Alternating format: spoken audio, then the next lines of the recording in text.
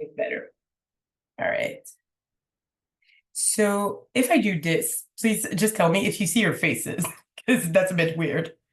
Do you? Okay, looks good. So I'll start. Um,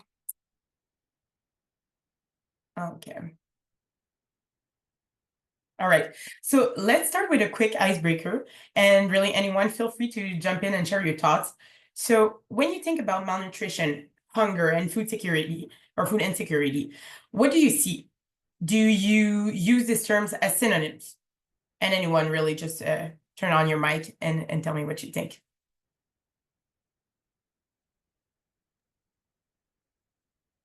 Malnutrition is the most extreme, hunger and food insecurity not so horrendous.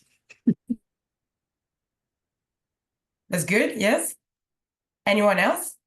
How would you explain the difference between hunger, malnutrition, and food insecurity? This is Ruth. I'm new to this group, but I would have guessed that with a nursing background, I would have guessed that malnutrition meant people were getting food, but that it was inadequate for healthy eating, whereas hunger would mean they weren't getting food. And food insecurity, I'm not so clear on that definition. Okay, thank you, Janet. Ruth, you wanted to come in? I'll add to what Janet said. I guess I think of food insecurity as not knowing if you're going to have food tomorrow or the next day or next week, that your access or Right. availability of food is not reliable for one reason or another. And I also agree with malnutrition. I consider that being not getting the nutrients you need, so that you might be getting enough calories, but they could be empty ones and not getting the nutrients you need for healthy development. Okay, thank you. Yeah, those are all very good answers. And I think you anticipated some things that I was going to talk about, so that's great. So to start, we can say that food insecurity is a situation when nutritious food, as Ruth was saying, is unavailable and inaccessible. Whereas hunger is more like the sensation, the uncomfort or the painful physical sensation when you don't have enough calories, an insufficient calorie intake. It becomes chronic hunger when the person does not consume a sufficient amount of calories on a regular basis. So it's impossible to lead a normal life, an active life, and a healthy one. So in this sense, hunger can lead to malnutrition, which malnutrition can be defined as a condition that appears when a person's intake of energy, of calories, and or nutrients is insufficient, excessive, or imbalanced. So as the former executive director of UNICEF, Henrietta Fore would put it, it's not just about getting children enough to eat, but it's above all about getting them the right food to eat, right? So you can think about it this way. Food insecurity leads to malnutrition. Often when we talk about undernutrition, hunger is in between those two. But you can be malnourished without being hungry. So in a country like Canada, malnutrition often looks like overweight and obesity and can lead to other conditions like diabetes, heart diseases, and cancer. But it can also go the other way around. So malnutrition can be felt as hunger and restrict your capacity to earn a living decent enough to reach food security. And now when we think about the reasons why these issues exist, we can identify different causes. And because these issues are so interconnected, so are their underlying causes, right? So many factors can cause food insecurity, but the most common ones are conflict, because of their impact on who controls the resources, on the destruction of infrastructure, and because they lead to population displacement. Another one is economic shocks. So, for example, global inflation impacts the capacity of the poorest communities mostly to afford nutritious foods. But wars, pandemics like COVID-19, political changes are also factors that can weaken the capacity of a system to mitigate the impact of a future economic shock. So it's like a cycle. And then with more frequent droughts and floods, climate change is also increasingly impacting the capacity to produce food, and this forces communities to move. So malnutrition now is often caused by this incapacity to produce, to access, or to purchase nutritious foods. And so it depends on all the factors that we just mentioned. But many times, it can also happen because parents just don't have the right tools to give their babies a healthy diet. Another cause is childhood illnesses. So children who are sick, often because they didn't get their routine immunizations, also can develop malnutrition. Another factor is gender inequality. And we'll come back to that soon. Because as we often say, women and girls are the ones who eat less and who eat last. So now if we just talk a little bit about the approaches to address these issues, we can see what Canada does. So for Canada, this approach consists in supporting both immediate action to tackle hunger and micronutrient deficiencies and long-term nutrition interventions that address the root causes of this issue, right? So recently, for example, Canada announced funding for sustainable agriculture and for climate adaptation. So that's like the long term, but it can also make a difference by supporting high impact interventions for nutrition, which is why I'll talk more about in the coming minutes. Okay. So we'll start by watching a video. It summarizes a report that freshly came out. It's called the State of Food Security and Malnutrition. No, Food Security and Nutrition, sorry. It comes out every year to kind of say like where we're at right now with this crisis and to identify the steps we need to take as a whole, as a global community, to reach the Sustainable Development Goals, and especially Sustainable Development Goal 2, zero hunger.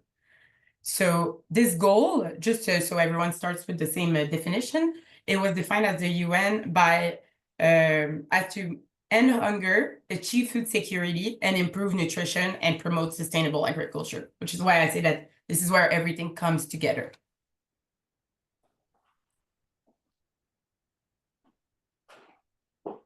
After COVID-19, global hunger increased. And in the past 3 years, hunger levels have remained at those high levels, almost unchanged. Improvements have been uneven and insufficient, and in some regions, deterioration has continued.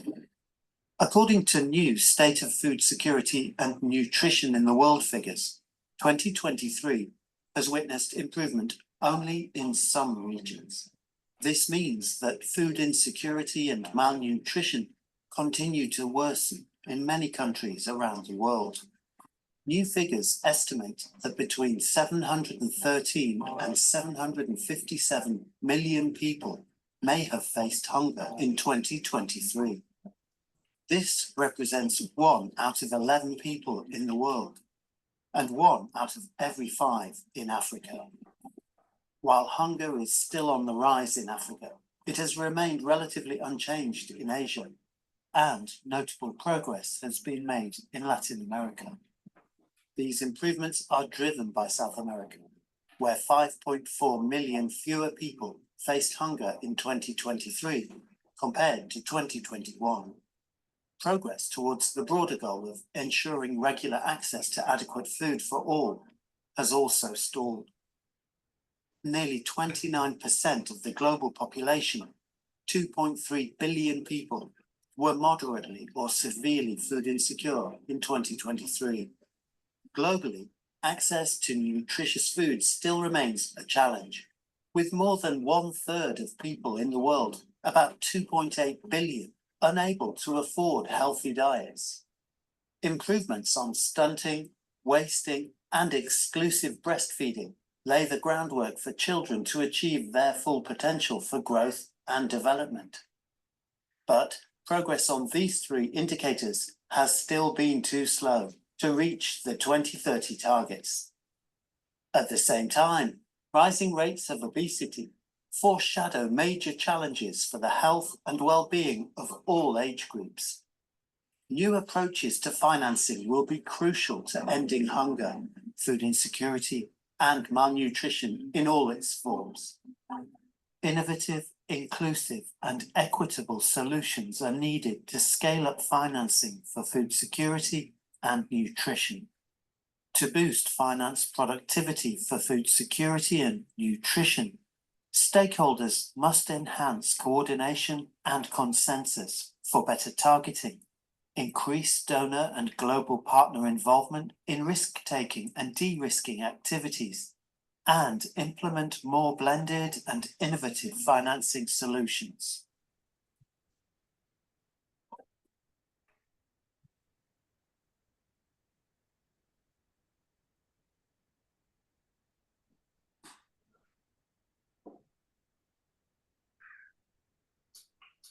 Okay. So, oops, sorry. Was the sound okay? Just checking because this is the first time I do this like on the slide. Now I can't make it stop. Okay. So towards the end, it got a little bit technical on financing, but that's also because we need to find new ways to fund the interventions that are necessary to meet SDG 2 because we're not on track. What we have been doing is not working. And so to give you an idea, today we estimate that meeting this sustainable development goal to end hunger would cost us at least 176 billion by 2030. But it's still far from the cost that we currently pay for the consequences of malnutrition. That cost annually is 761 billion. And that is money that is being paid to fight the consequences of malnutrition. So still, 176 billion is not a small sum, and we need governments to do their part, but also the private sector, and find ways to do more with less. Okay, so this is a busy slide, I know, but we'll make sure to share this presentation with you so that you can easily find all of this information. I won't go over every single statistic either, but the objective here is to really give you some updated information to show how malnutrition interacts with every other area of what makes development sustainable, really, like gender, poverty, climate action, poverty eradication, for example. So now, in the video that we just saw, they mentioned different types of malnutrition, like wasting, stunting. So those are written in red on this little fact sheet that my colleagues and I created recently. So our objective with this was to gather all existing data on the number of children affected by malnutrition and to clarify how much that costs in both human lives and in actual dollars. So we did not make the research to come up with these numbers, but you can find them in all the resources that I'll share with you at the end. So feel free to use those figures when you talk about this crisis in your community and with decision makers, if that's helpful. So on this fact sheet, you can see different types of malnutrition that are not limited to children, but that impact them the most, like wasting, for example. So wasting is when a child's weight is too low for their height, or stunting, when a child is too short for their age as a result of malnutrition. Low birth weight is another one, when a child is born under 5.5 pounds. And anemia, when red blood cells are not equipped to transport enough oxygen in the body. So the different types of malnutrition, including breastfeeding and overweight, on top of those you see on the screen, were categorized under global targets, like the Sustainable Development Goals, but in 2012. These targets should have been reached by 2025, and they weren't that ambitious either. But as the deadline approaches, most targets remain really far out of reach. And worse, climate change is increasing malnutrition rates very quickly. There is a statistic to that effect. Yeah, between 2024 and 2050, climate change will mean 40 million additional children stunted and 28 million additional children wasted. Now, malnutrition can be seen through a gender lens. I was telling you that women and girls eat less and last. And that's largely why over 1 billion of them experience severe micronutrient deficiencies. So this can lead to anemia, which is especially dangerous for pregnant women and for their babies, because this increases the risk of maternal mortality and poor birth outcomes. So without access to proper vitamins and nutrients, 40% of all pregnant women in the world right now suffer from anemia. So imagine what the impact of eliminating just anemia would be like for maternal and child mortality. It would be huge. And yes, mortality is a big consequence of malnutrition, but it's not the only one. So as you can see here, malnourished children, they also bear the impact of malnutrition throughout their whole lives. So they can experience cognitive development problems. They tend to stay in school for fewer years and to progress more slowly than their other peers. And later in life, they tend to earn less and have less chances of coming out of poverty. So again, like it's okay if you didn't have time to read everything, I will share this with you and you will be able to access this later. Now, on the global scale, we're lucky. Canada has a lot to be proud of. Canada is a lead donor to vitamin A and iodine supplementation. So concretely, vitamin A is critical for immune functions and to prevent blindness. So it saves many lives, but also it saves the vision of children. Whereas something like iodine deficiency is more something that can lead to thyroid problems, to miscarriages, stillbirths, and mental impairment. But today, iodine deficiency is mostly prevented through table salt. So if you ever noticed a mention saying iodized salt on your table, that's what it means. Essentially, that's this intervention, and it's been a revolution in global health, in large part thanks to Canada. Canada is also behind big policy initiatives under both the Liberal and the Conservative government, like the Muskoka Initiative, launched at the G8 summit under the last Conservative government. And this brought the largest investments at the time for maternal and child health, including a major focus on nutrition. And more recently, Canada's commitment to fight malnutrition, especially among women and children, has been enshrined into the Feminist International Assistance Policy, which is the policy that guides the Liberal government's international assistance decisions. So again, maybe I'm saying some things that you're very familiar with, but in case you're not, feel free to ask any questions about this also later. Now, along with different NGOs, we came together to think about what Canada should do now. Our recommendations are all in this document, which you see here on the right. This document, which we call our investment opportunity for nutrition, was drafted in consultation with about 15 organizations, including GRAN. And we all came up with what we think are the interventions that would have the highest impact on malnutrition. So this document, you won't find it online right now. It will be launched in January. But in the meantime, I can give you an overview of what you can find in it. So we are asking Canada to invest $750 million over 5 years in nutrition-specific funding. So what this means is that we're asking Canada to do more to tackle the immediate causes of malnutrition, which is an area that is critically underfunded.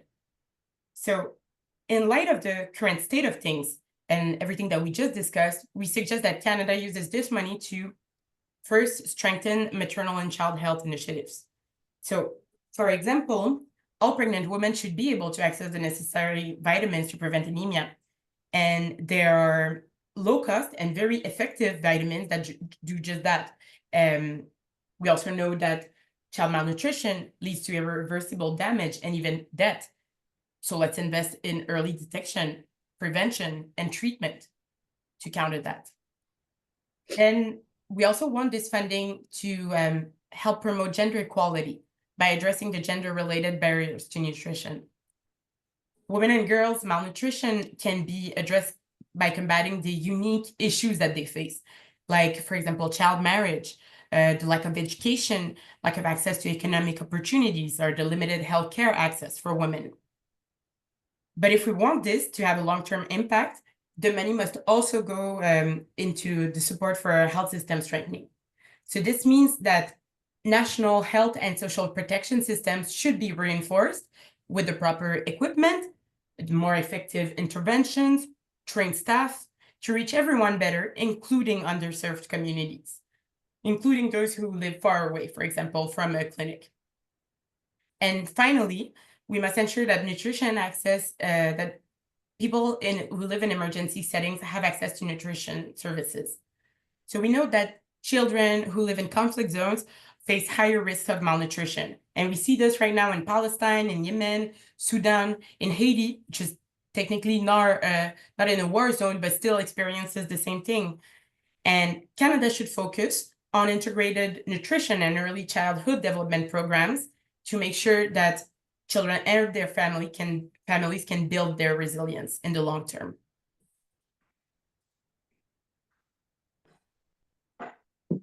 So there is no better time to ask our decision makers to take action than now, actually, especially because there is a unique opportunity coming soon.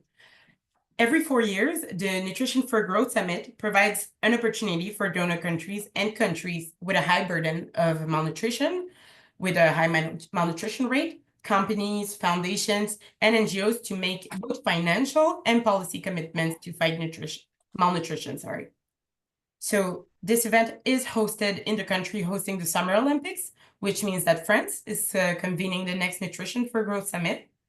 And this is important because it's the only global opportunity of this scale to mobilize resources for nutrition. Canada is considered as a nutrition champion and was considered one of the leading country donors at the last N4G Summit in Tokyo, with a pledge of $520 million towards nutrition. So what is our role here? A commitment like this, 750, it's ambitious. And decision makers need to know that it is a priority for their constituents. So with the holiday season approaching, MPs will return to their families and ridings. And for many people, this means having large dinners and gatherings. So this is a perfect time, we thought, to raise awareness on the importance of supporting access to nutrition for all with a strong Canadian commitment. So Results Canada and GRAN work together, have joint forces to create this postcard and mail it to our MPs. So in there, we will tell them, and we're asking you essentially to tell your MPs why you care about nutrition and why you think that Canada should invest $750 million in global nutrition at the Paris Nutrition for Growth Summit in 2025. That's in next March. So on the postcard, you'll see a QR code, which leads to a page with more information about the campaign and the hunger crisis. Would Pat or someone else like to explain where everyone can access the postcards? Well, yes, I can try. Right now, a lot of the print postcards are in the mail, and we all know how quickly the mail is moving. But we are going to send out a link after this event to you that would allow you to have the cards printed locally. But hopefully, if the postal strike ends quickly, you'll receive your cards and you can start mailing them in. So they're in the mail, and there will be an online version as well coming to you. Amazing, thank you.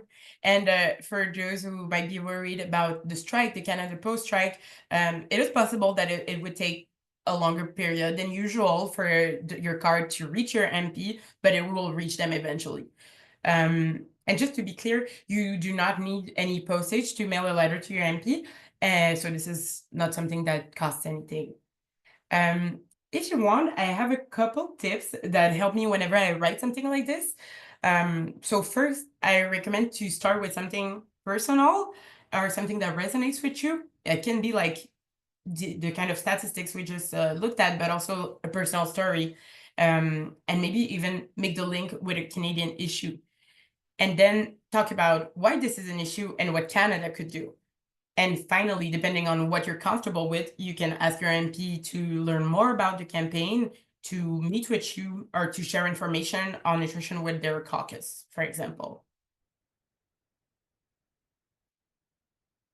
So I've added some resources here for those who would like to learn more about hunger, malnutrition, and food security. So as I was saying, all the stats that I use are also from those reports and tools. And we now have some time for questions. I wonder if I've spoken a bit quickly, so feel free to ask me to go back to anything.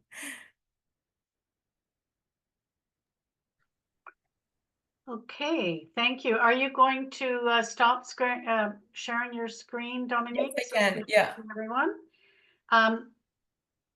There had been a question about exclusive breastfeeding, but another member answered that very thoroughly. Obviously, knows the issue, so I don't think we need to address that one now. Phyllis Webster from Victoria is expressing her concern about a change in government, and will this mean initiatives are canceled for maternal and child health? And what will happen at the Paris conference in 2025 if we have a change in government? So I'll leave that with you to answer. Well, it's sure that for sure, I don't know if we have to be worried about the change in government as much as the timing of the elections.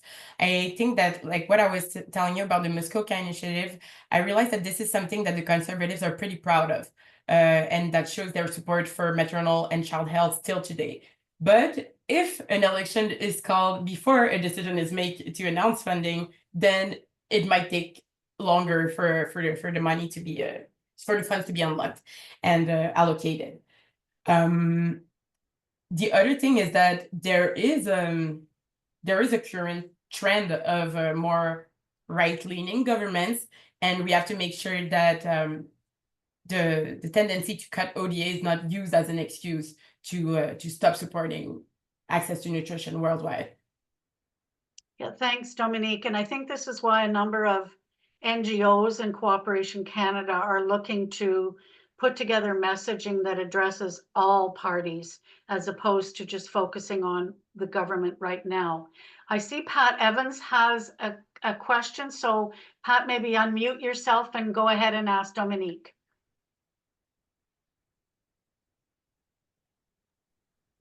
Thanks, Pat, and thanks, Dominique.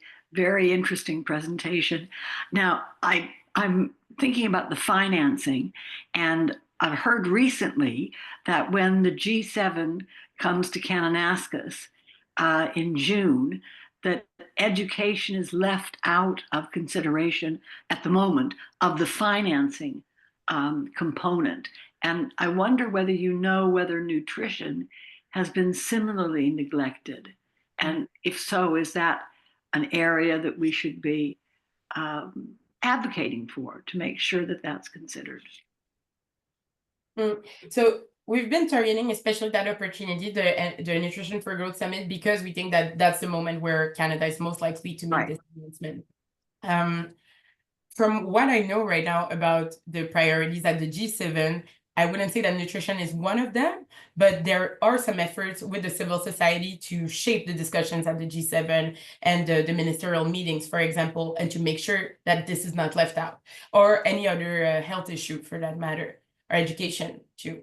I don't have many details about this because I know I was at the meeting this morning when the Italian delegation handed over the civil society summit to the Canadians. Maybe some of you were there. It was led by Cooperation Canada. So they're supposed to share some information in the coming weeks about ways in which we can influence the process, but I don't have much to share about this. Thank you. That's helpful. Okay, I'm not seeing any more questions. Does anybody want to put their hand up with a question?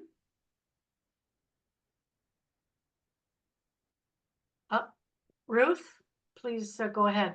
Dominique, I wondered if you could explain more about what the high impact interventions are for especially child malnutrition. For example, on the ground, what would we see happening? What would the Canadian dollars be going to? So we're not necessarily pointing to a specific mechanism which could absorb this money, but there are different ways to manage this money. So for example, there are many Canadian implementing organizations who have projects abroad and who could focus on some interventions and other multilateral funds. I'm saying this because there is some funds like the Child Nutrition Fund, which is a new initiative that focuses mostly on the prevention and early detection, for example, of wasting, but also of other issues. So what this means concretely, one example, what they use to treat wasting, and hold on, I have it right here. This is something that is called RUTF, Ready to Use Therapeutic Foods. So I don't know if some of you, it seems to be nodding, so maybe you're familiar with this. So this kind of looks like peanut butter. So it's essentially peanut butter with a bunch of nutrients and vitamins. And this is the only thing that you can give to a child who is severely wasted to help them recover. So they will only eat this for a few days or weeks, depending on how long they need to recover, and then they can transition to another diet. That's one example. Another example is, for example, vitamin A. So we were saying that vitamin A is essential to strengthen the immune system or to prevent blindness. So that's another key high impact intervention that Canada is actually already supporting very well. Another example that I could give you is multiple micronutrient supplements. So that is like a power vitamin for pregnant women. Many of you probably took something similar, and this will ensure that women don't have anemia, that even if they're malnourished themselves, they can still get all of the nutrients they need, and that their baby will not suffer from malnutrition. So those are the examples of the high impact interventions. And an argument I find is very compelling is to say that this has a high impact, but it's also very cheap to produce. Great. I see Bunny has a question. Bunny, do you want to unmute and ask your question? Okay.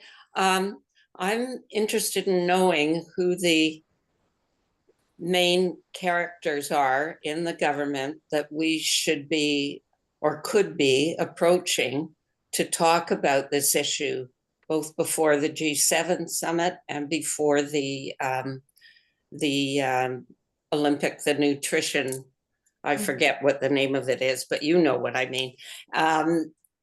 Because it seems to me that rather than just the postcards will be good for the MPs, but who inside the system would be useful for GRAN to talk to start pushing for this to get on the agenda. I'm more familiar with what we do in relation to the Global Fund.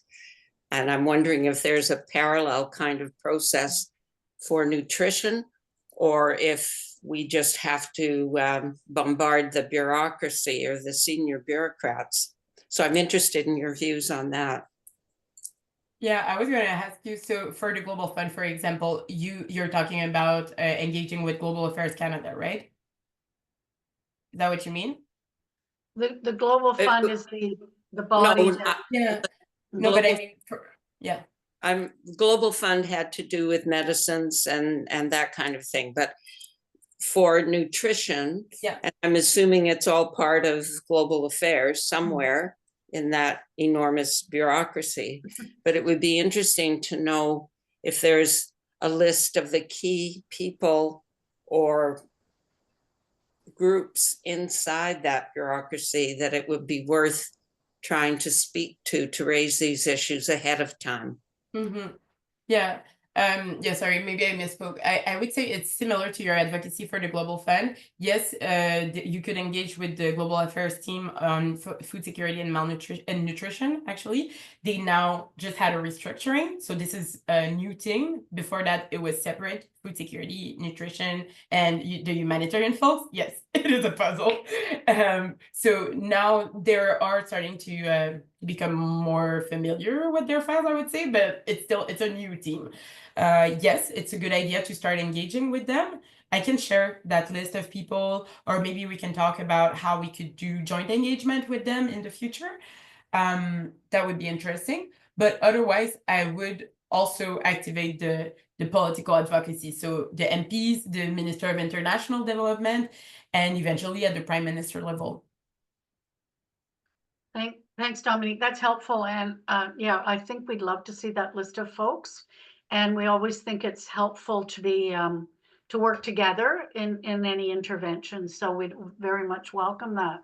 I wanted to raise a question. As you know, we've spent quite a bit of time in the food right to food campaign over the last almost 2 years now, talking really more about food systems and small scale farmers and transforming agriculture to be more supportive of women, small scale farmers. The nutrition summit that you're talking about and the interventions you're talking about, how do you see those as being complementary or supportive of that kind of a thrust? I'm glad to hear that they've put nutrition and food security together, but I'd really like your take on how these things fit together. Yeah, well, I think it's about just making sure that there are some interventions to prevent also malnutrition in the long run. So this is where I see those type of interventions making the biggest impact. I mean, this is not my area of expertise, right? Food security, but I do collaborate with colleagues from other organizations such as the Canadian Food Grains Bank, for example, and we're trying to push forward a policy proposal to call for more integration between projects and more complementarity to be able to pivot more easily to from nutrition to food security and from emergency to development funding. This is something that the Canadian government has been talking about for a long time. And we're trying to work with them to see what's left for that to become a reality. That's helpful. Thank you. And we're pleased to see that. And Phyllis is saying that she's been working for months trying to reach someone in Minister Hussein's office to talk about school feeding programs, but she has had no luck. So do you have any suggestions about who she could contact? I can look into that, Phyllis, okay, and get back to you. That would be great, because sometimes it's just this stuff falls in big piles of all the messages they receive, and it just doesn't get the attention it should. So thank you for doing that. And I think it's just coming up almost to 3:50 my time. So if anyone has any more questions, we could allow for one, and if not, we'll move on to the next step. Anybody want a last question? Oh, there's one from Ray. Ray asked, how do you deal with the cultural idea where mother's food is controlled when she is pregnant because a small baby is considered the proper way for their women? Have you heard of that sort of understanding that perhaps some people have? I Small haven't, babies are good. I haven't, but maybe if you want to explain that a bit more. Yeah, there's some of the groups in Africa will refuse mothers what we would consider proper nutrition because it has been decided that the small baby is better for them to give birth to. And the ones who, oh, look, it just went straight out of my mind. The ones with the cows, and they do the blood from the cows. They don't allow milk from the cows.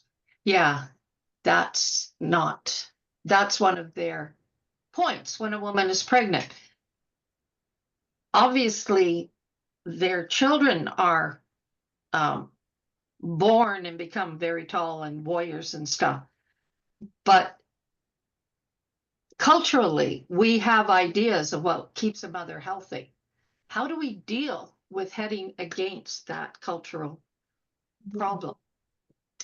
Yeah, I don't know in that specific case, but I would say that in general, it's important to just be sensitive, like to understand that there are some cultural beliefs or cultural practices, and that sometimes they can have a negative impact, but I also understand that most parents just want what's best for their kids, and that if you're willing to take the time and do the proper awareness, the proper education, and have those conversations, most of the time it works well. It ends up working because people want the best for their children.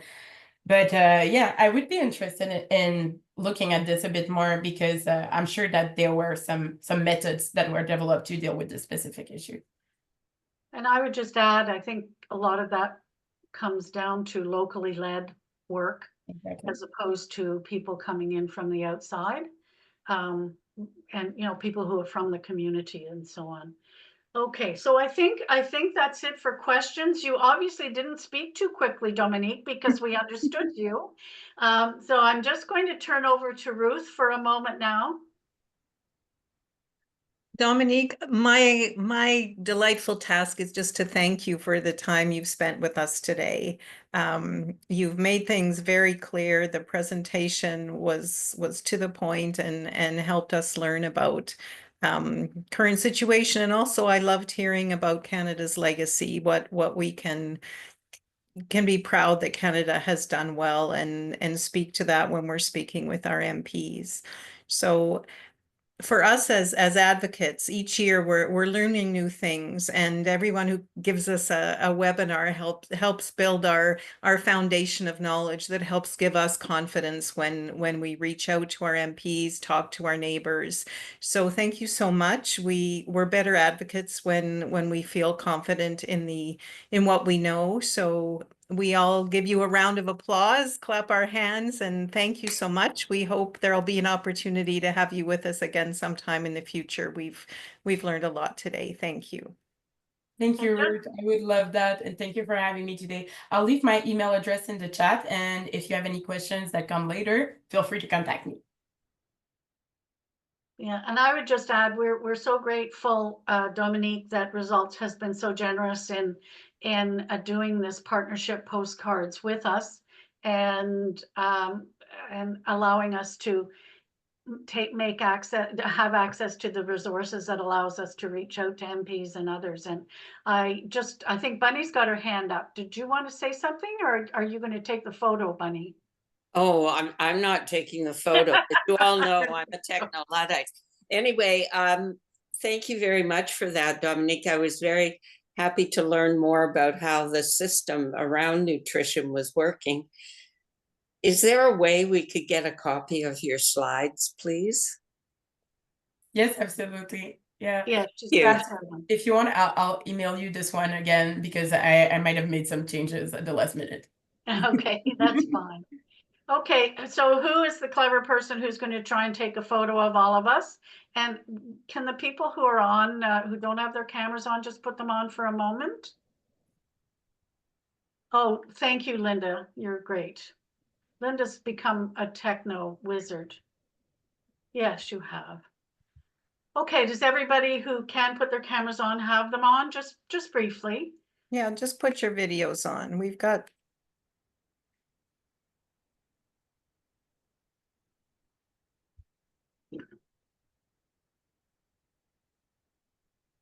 I've got three shots that look good. So I think we're great. Thank you, Linda. You are very good at that. And I would like to thank Anne Gardner for doing a wonderful job chairing today and introducing our speaker, and all the other members of the child hunger team. Please do watch for the action email that will come out very soon, that will have a link to the postcard, just in case you don't receive yours in the mail. And please write to your MPs, all parties encouraging investment in nutrition to end child hunger. So thank you, everyone, very much. And thank you, Dominique. It was great. Just before I close, thank you to Ruth for the reminder to record. So we did record the session, and if it's okay with you, Dominique, we'd love to put it up on our website so that those that couldn't join us today can benefit from your wonderful presentation. Yeah, so with that, if we're ready to say goodbye. Yep. Are we ready to say goodbye? Bye. Bye, everybody. See you in the new year. Yeah. Bye.